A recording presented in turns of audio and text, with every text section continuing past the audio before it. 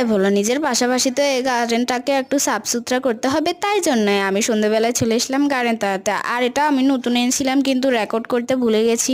তোমরাই বলো তো, মা শুধু আমাকে 1 আধা ঘন্টার জন্য ফোন দে, তাও নিয়ে না আরো কথা শোনায়। আর দেখো অ্যালোভেরা গাছটা তো শেওলা জমে একাকার হয়ে, আর সেগুলো সাফ করতে করতে আমার অবস্থা প্রায় শেষ হতে বসেছিল। তখনই দেখি এই গাছটাতে অনেকগুলো ঘাস, আর ঘাস সব পুষ্টি খেয়ে নিচ্ছে, তাই জন্য গাছটা বড় হচ্ছে না।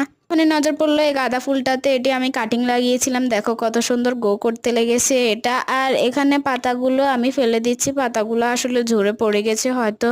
এছাড়াও আমি যে কলম্বিয়া গাছটা এনেছি, এখানে একটি ডাল পচে গেছে, সেটা ছিঁড়তে পারছিলাম না, ছেঁড়ার অনেক চেষ্টা করছিলাম। শেষ পর্যন্ত সম্মান বাঁচানোর জন্য আমি এর সৌন্দর্যটাই তোমাদেরকে দেখিয়ে দিলাম। পর্তুলাকাগুলো দেখতে পুরো শ্যাওলার মতো, তাই জন্য কোনটা শ্যাওলা কোনটা পর্তুলাকা আমি চিনতে পারছিলাম না। অবশেষে এগুলার বিনাশ করলাম আমি। আর আজকের জন্য বাই বাই।